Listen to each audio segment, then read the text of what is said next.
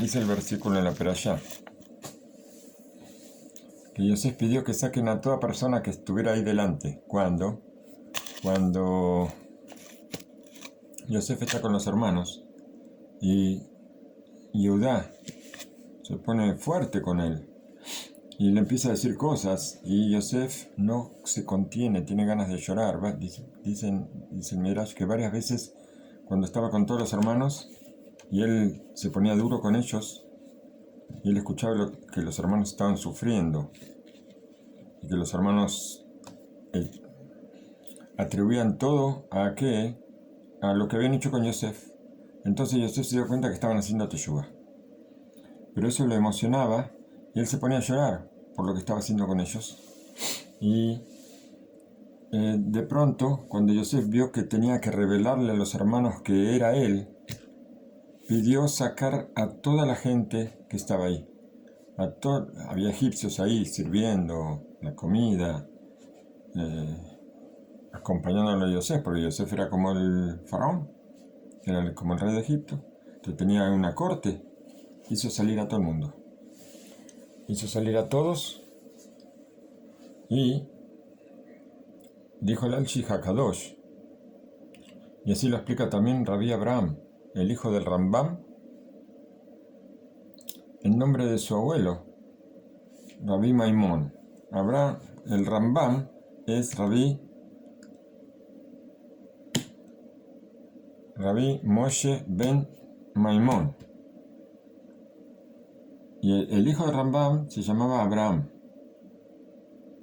Está el abuelo Maimón, el Rambam y el hijo del Rambam, o nieto de Maimón, Abraham. Esto lo trae, aparte del Alchi Hakadosh, lo dijo Abraham, el hijo del Rambam, en nombre del abuelo, en nombre de Maimón. Que dijo que Yosef, por supuesto, detrás del faraón, era la persona de mayor jerarquía en todo el imperio egipcio. Todo el imperio estaba bajo dominio de Yosef. Él manejaba todo. Y, por supuesto, como dijimos, que en su despacho, en el lugar donde él estaba, había mucha gente. ¿Sí? Él era como el rey. Había ministros, había gente que quería ir a verlo o tenía que arreglar cuestiones de gobierno. Y no solamente eso, sino que él atendía todo. Seguramente gente que tenía que pagar impuestos y que no podía pagar, iban a hablar con Yosef. Gente que quería comprar granos, ¿por qué? Porque los años de hambre. Entonces de todo el mundo venía a buscar granos a Yosef y Yosef llenaba las arcas del faraón o sea, Egipto se enriquecía continuamente. Y los hermanos de Yosef también estaban esperando ser atendidos cuando ellos se presentaron. Cuando Yosef los ve entrar, pensó que llegaba el momento de la verdad. ¿Cuál? El momento de él ver cómo hacían teshuvá, cómo se arrepentían de todo, cuando Yosef le revelara que era él, que él no era el faraón o el virrey, sino que era el hermano. ¿Y qué pasa? En ese momento todos iban a sentir, los hermanos iban a sentir mucha vergüenza. Al verlo a Yosef iban a sentir mucha vergüenza y Yosef lo sabía. Entonces, para que nadie se avergüence frente a la gente extraña, que los hermanos no se avergüencen, él hizo salir a todo el mundo, o tal vez atender a todas las personas, y después, a solas, revelarle el secreto a ellos.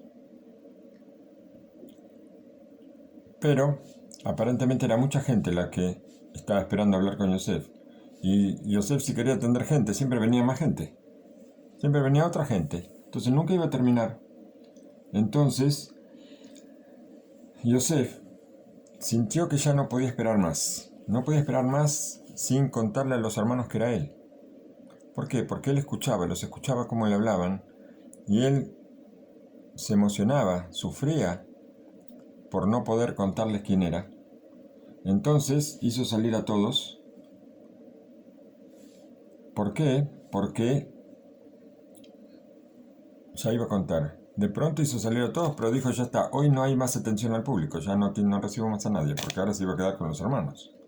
En el momento que él no podía decirle a sus hermanos, yo soy Yosef, y después seguir atendiendo gente. ¿Por qué? Porque él sabía que iba a pasar algo en ese momento. De acá nosotros aprendemos cuánto hay que alejarse de avergonzar a otra persona. Esto nos enseña Yosef, que no se puede avergonzar a ninguna persona en público. Y no solamente eso, sino que Yosef entró en un peligro muy grande. ¿Por qué? Los hermanos eran muy fuertes. Ya sabemos que solamente Shimón y Leví, ellos mataron a toda una ciudad. Sabemos lo que pasó con Shimón cuando Yosef quiso encarcelarlo. Trajo 70 forzudos que lo iban a agarrar a Shimón. Shimón pegó un grito y todos los forzudos se cayeron al piso y se le rompieron los dientes de lo que era Shimón. ¿Cómo lo atrapó? Ahí no se entiende cómo puede ser que los hermanos no se dieron cuenta que era Yosef. ¿Por qué?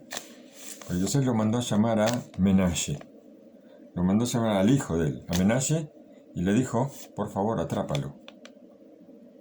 Y Menashe le dio un golpecito aquí en el cuello y Shimón cayó al piso. Y entonces en ese momento lo encadenaron y mientras se lo llevaban, Shimón le dijo a los hermanos, este golpe es de la casa de papá, no es un golpe cualquiera.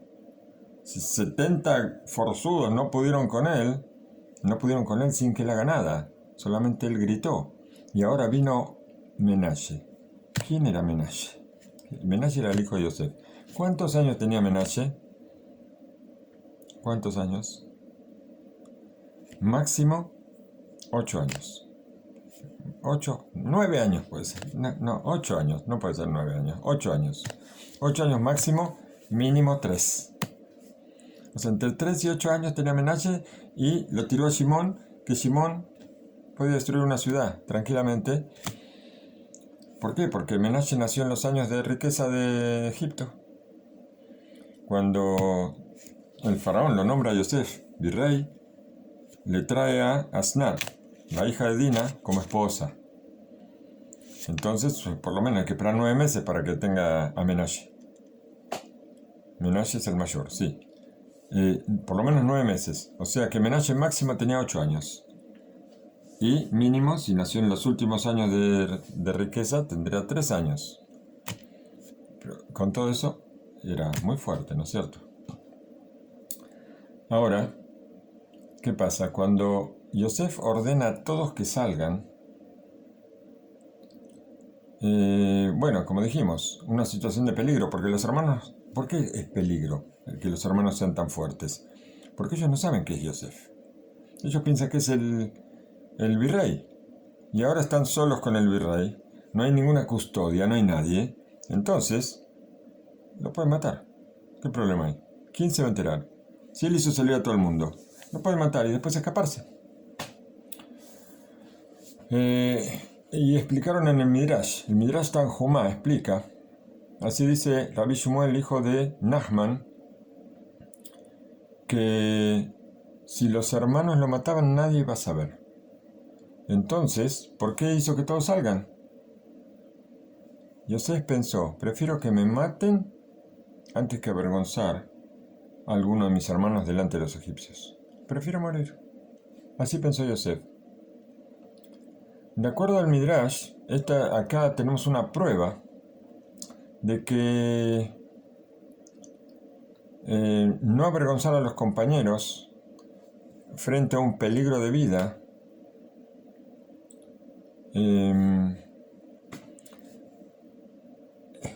como que es preferible poner en peligro la vida antes de avergonzar a los compañeros.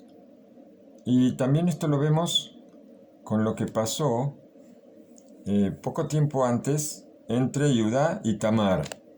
Tamar era la nuera y cuando Judá la manda a matar a Tamar, ¿por qué? Porque ella debía estar de luto y anduvo haciendo cosas por ahí, quedó embarazada. Entonces Judá dice que mandarla a matar.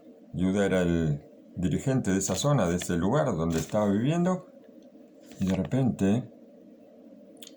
repente, Tamar le dice, yo estuve con el dueño de estas cosas, y era él, y él reconoció delante de todo el mundo. Dijeron nuestros sabios que es mejor, así está escrito en el Tratado de Sotá, es preferible que me arrojen a un horno de fuego antes que avergonzar al compañero público. Pero hay otra opinión en el Midrash. Dice Rabbi Hama, hijo de Rabbi Hanina, que Yosef no hizo lo correcto. Yosef no hizo bien. ¿Por qué? Porque cualquiera que le hubiera dado una patada a Yosef, lo mataba. Cualquiera de los hermanos. Y entonces debería cuidar la vida también. Porque entonces estaría prohibido quedarse solo con ellos, aunque esto provocara vergüenza delante de los egipcios. Sobre esto dice el Al-Shih HaKadosh que hay quienes explican que Yosef pidió que todos salgan del cuarto,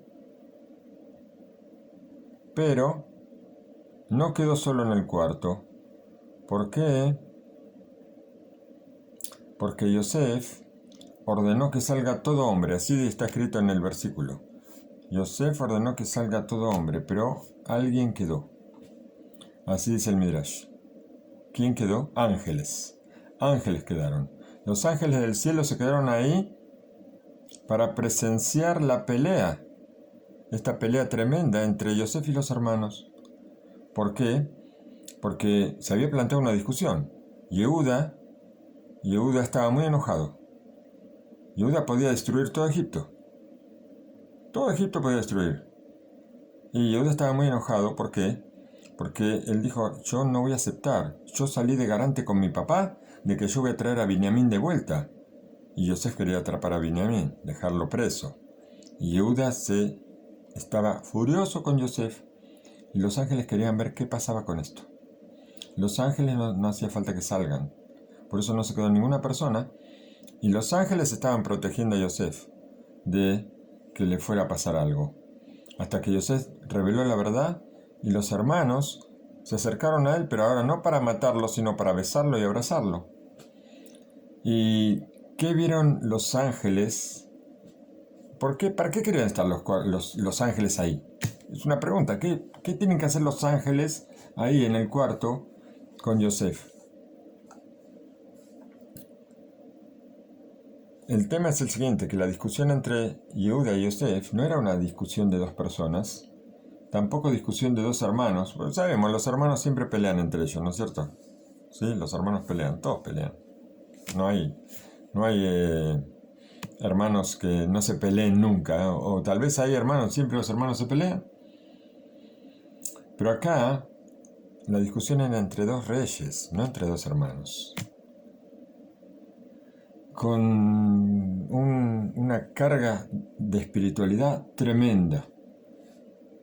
En una esquina, a Yosef, ¿cómo se lo escribió? Era en una esquina, vamos a imaginar el cuadrilátero, ¿no? Como en una pelea, un boxeo. En una esquina estaba el toro Yosef, así. El toro Yosef, así lo describe Jacob, cuando da las bendiciones, lo compara con un toro, Shor, a Yosef. En la otra esquina estaba el león, Yehuda. Yehuda sabemos que es el símbolo del león. Un toro contra un león. Yehuda, el rey de Israel. Y los ángeles quisieron ser testigos de esta discusión importante, terrible y también honorable entre dos potencias, el toro contra el león. Y así dice el versículo de Teilim, que ahí había dos reyes que se encuentran para hacer una guerra, Yosef y Yehuda. Son los dos reyes que discuten y los que van a ver esa guerra son los ángeles que están ahí para escuchar. Esto lo trae el Teilim en el capítulo 48. Y el Midrash describe la situación entre los dos. Yehuda le dice a Yosef, si yo saco la espada de su funda, todo Egipto se llenará de muertos. Y Yosef le dice, si tú sacas la espada de la funda, yo te corto el cuello. Y Yehuda no se queda atrás. Si yo abro mi boca, puedo tragarte. Así le dice Yehuda a Yosef. Todo esto lo trae el Midrash, no es un invento. Yosef le dice, si tú abres la boca, yo te la tapo con una piedra. Y sigue diciendo el Midrash, pero ahora nos vamos al Midrash Rabbah. Que en ese momento, Yosef parece que se puso en tono, entró en calor. Yosef parece que necesitaba un poco de acción y con la discusión entró en calor. ¿Qué hizo? Le dio una patada a la piedra que tenía donde estaba sentado. Él estaba sentado sobre una piedra y agarró, le dio una patada a la piedra y se desintegró. No se desintegró, se hizo polvo, una montaña de polvo. Y Yehuda le agarró miedo y dijo, es más fuerte que yo. Entonces, Yehuda quiso desenvainar la espada y vio que no podía sacarla, estaba como trabada la espada. Quiso sacar la espada para matar a Yosef. Y dijo Yehuda, seguro que este hombre tiene mucho temor al cielo. ¿De dónde saca eso? ¿Qué? ¿De dónde se le ocurrió decir eso? ¿Este hombre tiene temor al cielo? ¿Quién es? ¿Es un egipcio? Yosef le hizo una señal a Menashe, al hijo, y ahora Menashe dio una patada a la tierra y todo el palacio tembló. Dijo Yehuda, esto no es una patada cualquiera, esta es una patada de la casa de papá. ¿Cómo no se dan cuenta otra vez? Antes, cuando Menashe lo golpeó a Shimón, dijo que este es un golpe de la casa de papá. Dijo, no es un golpe cualquiera, no cualquiera sabe dar un golpe así. No es cuestión de fuerza, es cuestión de saber dar el golpe. Ahora, Menashe dio una patada, otra vez Menashe, 9 años, 8 o 9 años. Da una patada a la tierra y tembló todo el palacio. Dijo, una patada de la casa de papá. Todo esto no se entiende. Tal cual esto no se entiende. No podemos imaginar esa situación tan fuerte, ¿no? Otra que una película de ciencia ficción, no hay. Esto es tremendo lo que pasaba ahí. Y aparentemente, ¿cuál era la discusión? A ver quién tiene más fuerza. Esta era la discusión entre los dos. Uno dice, yo abro la boca, yo te trago, saco la espada, yo doy una patada. ¿Cuál es la patada más fuerte? Y nunca vimos que dentro del pueblo de Israel la gente se pelee por ver quién es más fuerte. Nunca vimos una cosa así. O tener orgullo, soberbia por una patada más fuerte. Porque sea como la patada de la casa de papá. ¿Qué significa la patada de la casa de papá? ¿No? ¿Que en la casa de papá se daban patadas? Seguro que no. La discusión con seguridad no hablaba de la fuerza física, sino hablaba de la fuerza espiritual. Y esto no lo podemos entender. No podemos entender todo esto, porque lo que vemos era que ellos hacían demostraciones físicas, y sin embargo, estaban buscando quién era mayor espiritualmente.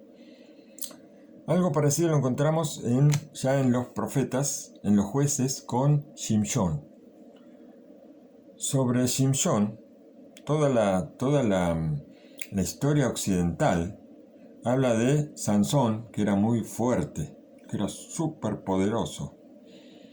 Sin embargo, él no tenía fuerza física, sino espiritual. Está escrito que no solamente que era débil, sino que tenía un defecto en las piernas, que no podía caminar.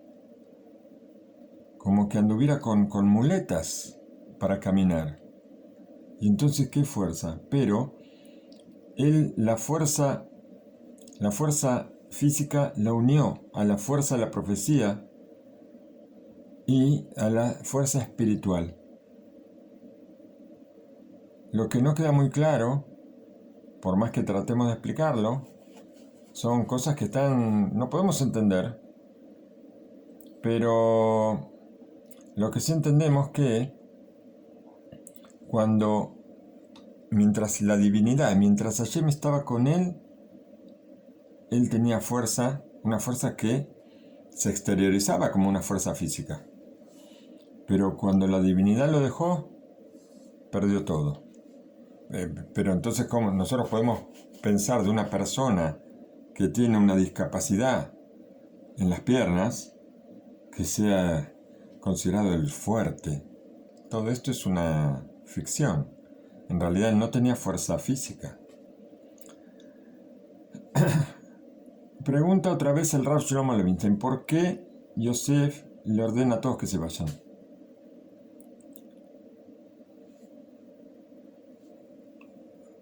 Si él permitía que todos estuvieran ahí presentes, la gente que estaba ahí, todos iban a ser testigos de algo muy emocionante.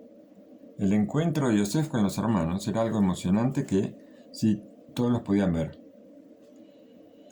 Explica un Rav, llamado por el nombre del libro que escribió, Paneas Raza, que cuando los hermanos vendieron a Yosef, ellos habían hecho un pacto de caballeros cuando lo vendieron. ¿Cuál era el pacto? Nadie podía revelarle a Jacob, el padre, sobre la venta.